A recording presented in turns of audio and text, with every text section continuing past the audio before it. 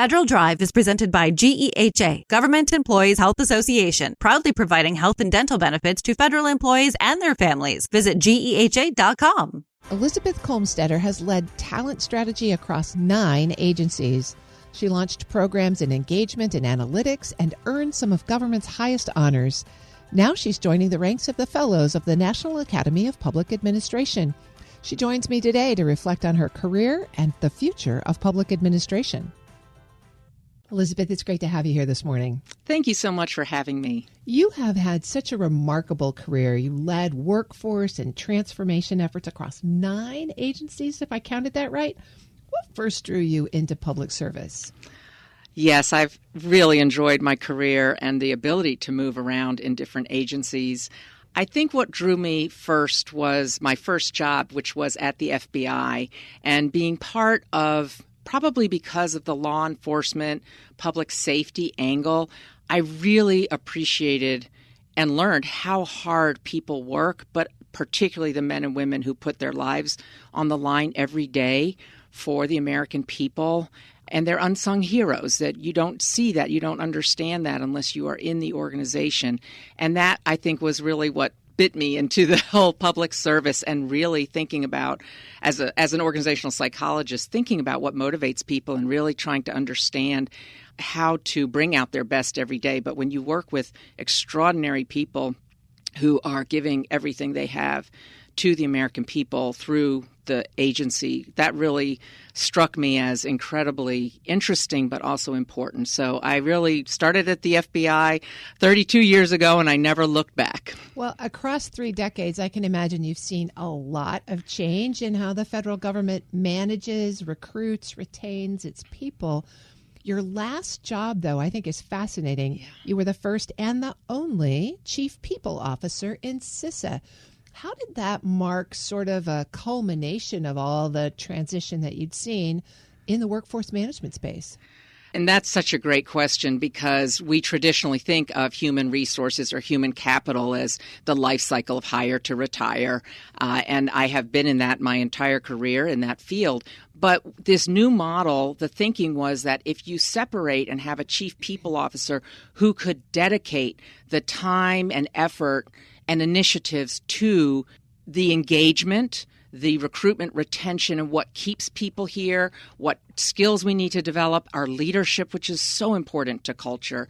And instead of fighting the HR operations because, if someone's not getting paid or somebody, we're trying to hire that person, that's always going to take priority over what we say is more strategic, more culture, longer-term engagement efforts. So being able to separate that and have both a chief people officer and a CHICO allowed us to really focus on the entire human experience at work. And really for cybersecurity, having to recruit and retain and motivate and develop that workforce was a priority for national security. So very exciting. Well, following up on the government shutdown, organizational culture's really taken a hit. I think it would be fair to say that. What advice would you have for folks who will be coming back into the HR space and trying to bring people back to work, trying to rebuild that culture? What lessons have you learned that you'd want to share with them? I certainly cannot underscore enough the importance of culture and engagement. You have got to keep people motivated in order to achieve these just enormous and daunting missions. And so I hope that the pedal will go back down on the initiatives and the importance on engagement and starting with leadership. But really my advice to all leaders, and especially those who are in human resources, is just keep focusing on the people. Let them know and appreciate them for their work, their effort, their skills, their dedication. I think that you just have to remind people why they're here. I would say look at the people that are working without getting paid. I mean, who else would do that but public servants who are so committed to why they work and what they do for this country? And just kind of remind people that's why we're here. And our goal and our mission is more important than ourselves. So being part of that is so important. And I do believe that the public is even more recognizing that now, probably because the shutdown has gone on so long, that the appreciation is there and the importance is there. It's never gone away. And don't get caught up in the rhetoric, because what the American people need is really dedicated, smart, innovative public servants, and they have them. They're there, and they're going to continue to do the best that they possibly can. I'm speaking with Elizabeth Kolmstetter. She's the retired Chief People Officer for CISA and a newly elected Fellow of the National Academy of Public Administration. So, Elizabeth, let's pick up there. You've received lots of awards in your professional government career, but being elected a Fellow of the National Academy is kind of a big deal. What does it mean to you personally? It is a very big deal, and I am incredibly humbled by this honor. I never thought that I would be named a Fellow of NAPA.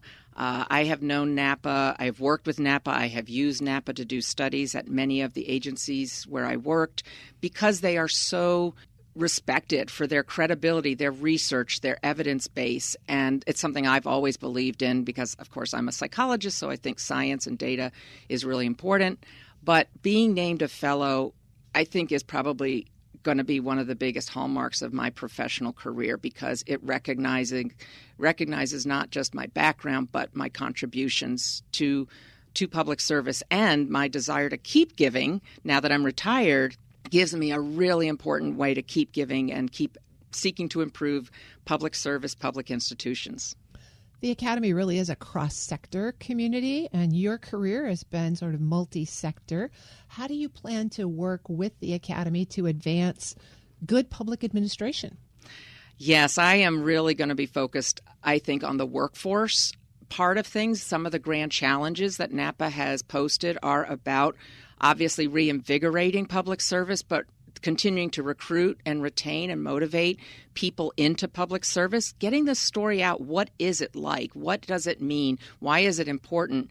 And I also really believe in permeability. I don't think you have to come and stay in one area anymore. There's so much more mobility and opportunity.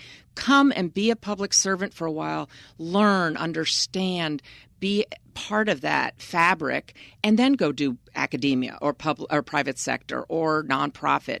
But I think coming and going and crossing the different sectors is actually going to create more integration, more partnership across the sectors, which we need to advance our society, really. It's not so much a great divide anymore like it used to be. It's really an integrated partnership. So I would like to be part of that aspect. And, of course, improving the public sector talent management programs, since that's what I do. I think that we could modernize more, and NAPA has had a long history of doing studies on modernizing talent programs, again, to bring out the best in the people that work in public sectors. Well, both of those recommendations, certainly the permeability and talent management, are aligned with exactly what the new OPM director says he wants to do. If you were advising him, where would you suggest that he watch out for landmines and maybe take advantage of opportunities? Well, I was very pleased to be able to hear the new director, Scott Cooper, speak at the NAPA conference last week and hear directly some of his ideas. I would say that he does need to keep listening. First of all, learning where those landmines are, but also I love his bold move to do some more things that perhaps people say are more private sector, but they're really cutting-edge talent programs, especially recognizing and rewarding top talent, which he is talking about, looking at how we compensate and reward excellence. I think he's right on. We need to do that. I also think that we should look at more hybrid with employment at will. I don't think that just coming in and staying and rewarding mediocrity is what the government needs anymore. I think that certainly I believe in job security. If you're doing a great job and you're continuing to develop your skills, we should recognize that. But I have seen over my career a number of people who kind of coast, and I don't think that's a service to the American people. I do think we need to, again, reward and recognize continued growth and skills, especially in technology and AI and these new forms of getting work done. And I do not see that as much in the federal recognition program. So I'm on board with him trying to find a way forward that actually modernizes some of these traditional methods that we've used in the federal government. Elizabeth, what advice would you have for someone, a young person who's thinking about joining public service, but maybe is disturbed at what they've seen in some of the later trends, what would you tell them? First of all, always keep an open mind when it comes to your career and your opportunity, because you never know where that amazing opportunity is going to open. And I myself said I would never work for the federal government because I believed it was bureaucratic and slow. So I always tell people when I give career talks, I am an example of what not to do. First of all, never say never. But you asked if somebody was already open to it. And I would say walk through that door, get some experience in the public sector, because until you experience it, it's hard to appreciate what it is and how it actually works. So I think rotations in the public sector, I think AmeriCorps, which is the Domestic Peace Corps, there are so many ways to do service to the society, whether it's local, state, or federal, and get that experience, because being part of a team that is working for a mission that is bigger than profit or any of the different sectors, but it's a different feeling to be with men and women and people of all genders. What is that spark that makes us so dedicated every day to come and make a difference? And that is what you become a fabric, part of the DNA. You become part of that. That becomes your value set, that we have to do better. We have to keep driving our society forward. And this is a great country with great people who deserve the best. So being part of that, I think, is very worthy. But don't think of it as you have to go in and stay for your whole career, back to that permeability. Come in and have that experience and then go to the private sector or go into nonprofit. But come and have that experience, because then you know what it takes, and you will always have those partnerships and network as you go forward. I've been speaking with Elizabeth Kolmstetter. She's the retired Chief People Officer for CISA and a newly elected Fellow of the National Academy of Public Administration. Elizabeth, thanks so much for your service, and congratulations on your election. Thank you for having me. We'll post this interview at federalnewsnetwork.com/Federal Drive. Subscribe wherever you get your podcasts.